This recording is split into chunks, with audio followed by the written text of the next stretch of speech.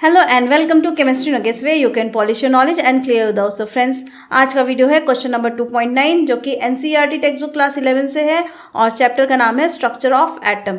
तो चलिए देखते हैं question. A photon of wavelength 4 × 10⁻⁻7 metre strikes on metal surface.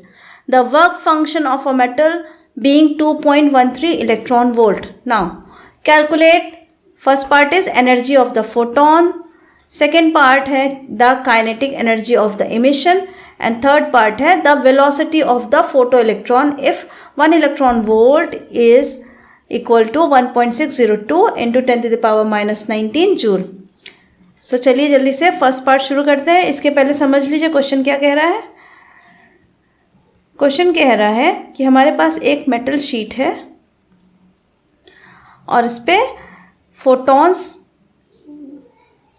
इससे टकरा रहे हैं जिनका कि वेवलेंथ है हमारा 4 × 10⁻⁻7 मीटर।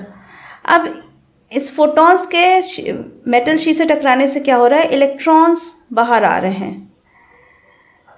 इस पूरी कहानी में इन्होंने पहला क्वेश्चन पूछा है एनर्जी ऑफ द फोटोन। तो हमें जैसा कि फॉर्मूला पता है E = h/μ, एनर्जी = h/μ, जहाँ की h प्लैंक्स कांस्टेंट है और म्यू है फ्रीक्वेंसी। लेकिन यहाँ हमें फ्रीक्वेंसी पता नहीं है तो हम म्यू की जगह लिख सकते हैं hc/λ।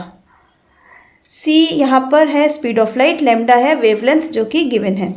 तो चलिए अब इसी में वैल्यूज़ पुट करते हैं। h की वैल्यू है 6.626 × 10⁻⁻34 joule second multiplied by c की वैल्यू होती है 3 × 10⁸ मीटर पर सेकेंड और लैम्डा की वैल्यू दी गई हमें 4 × 10⁻⁻7 मीटर।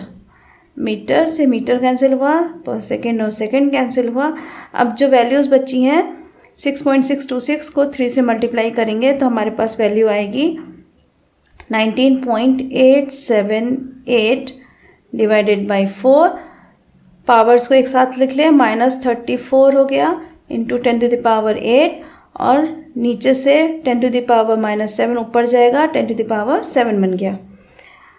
पावर्स को कैलकुलेट कर लें, +8 + 7 हो जाएगा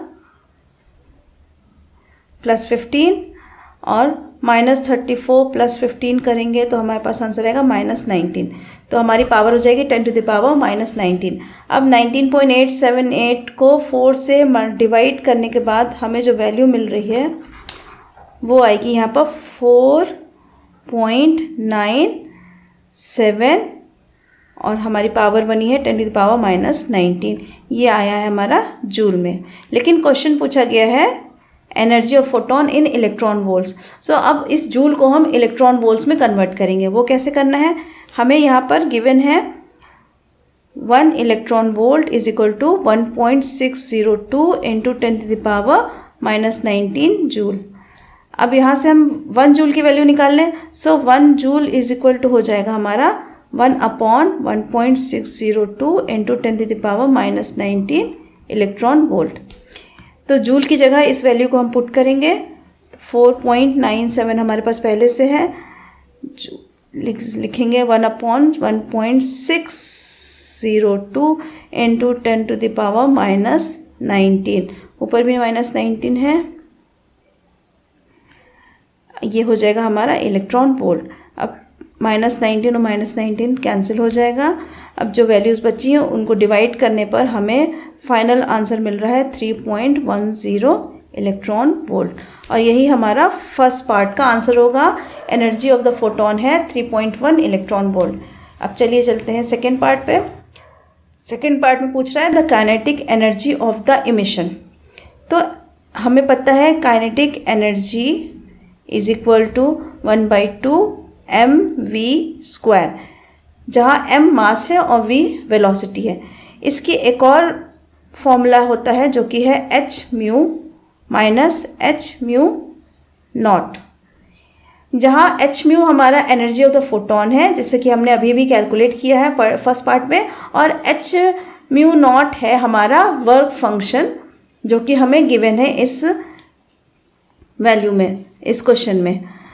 तो वर्क फंक्शन एक्चुअली होता क्या है, जब फोटॉन्स मेटल शीट पर फॉल होते हैं तो उससे जो मेटल्स के जो एटम्स हैं उसमें से इलेक्ट्रॉन्स इमिट होने लगते हैं। उस इमिशन में एटम्स में से इलेक्ट्रॉन्स को बाहर निकलने में जो भी एनर्जी यूज़ होती है उस एनर्जी को हम work function of the metal कहेंगे। तो यहाँ पर हमें वैल्यूज़ दी गई, उन्हें पुट कर लेते हैं। एच म्यू की वैल्यू हमने अभी निकाली है, ई की वैल्यू जो है वो है हमारी 3.10 माइनस एच म्यू नॉट दिया गया हमें 2.13। अब यहाँ से माइनस करने पे हमें आंसर मिलेगा 0.97 इलेक्ट्रॉन वोल्ट, और यही हमारा आंसर होगा काइनेटिक एनर्जी का। सेकेंड पार्ट का आंसर है दिस। अब आते हैं थर्ड पार्ट पे, the velocity of the photo electron. अब जैसा कि हमने सेकेंड पार्ट में किया था वही करेंगे। काइनेटिक एनर्जी पूछा गया है, kinetic energy, velocity of the photon. तो काइनेटिक एनर्जी हमने निकाला था 1/2 mv² इज इक्वल टू 97 इलेक्ट्रॉन वोल्ट। ठीक है, अब हम यहाँ पर सबसे पहले तो इलेक्ट्रॉन वोल्ट्स को जूल में कन्वर्ट करेंगे, और m हमारा यहाँ पर है मास ऑफ द इलेक्ट्रॉन, उसकी वैल्यू रखेंगे। तो चलिए करते हैं।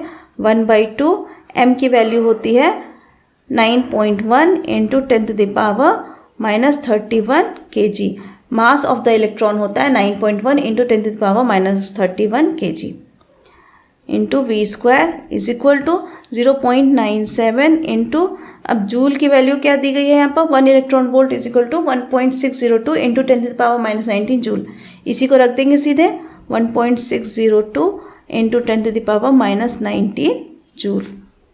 ठीक है, अब यहाँ से v को एक तरफ रख के बाकी वैल्यूज़ को उधर ले जाएंगे राइट हैंड साइड।